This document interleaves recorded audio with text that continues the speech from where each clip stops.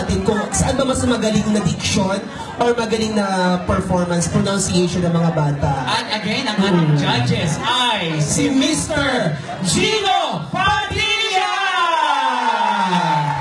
Ayan, ito na siya. Ayan na siya. Maya ganito mga ka-partner. So we have only one microphone. Yun lang para sa kanya, para alam ng tao, no? Oo, so, Okay, hindi, sa lahat ng contestants natin, isa lang microphone na gagawin natin niya. microphone para at least okay lang. Hello. Pero para mas maganda yung microphone. Hello. Mas maganda yung microphone. Ho.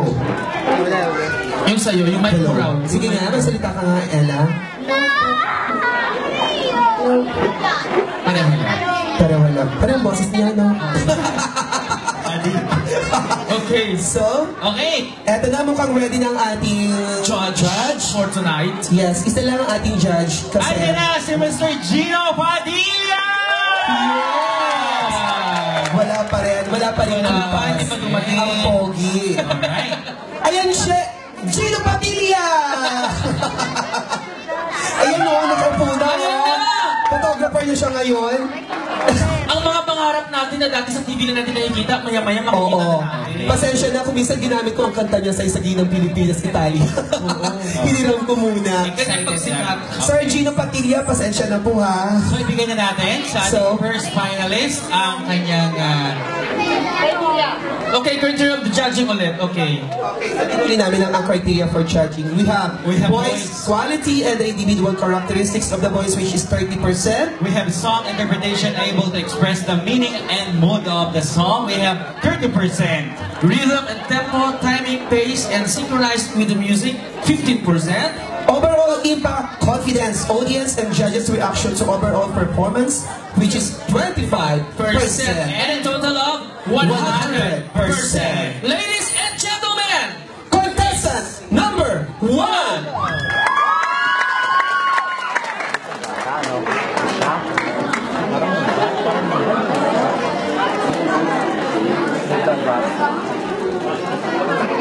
Buhayo ng alam mo. Bakit? Baka kampas mo sa camera. Kampasin mo ako mo. Wala sa diba yung sagad mo? 5 days.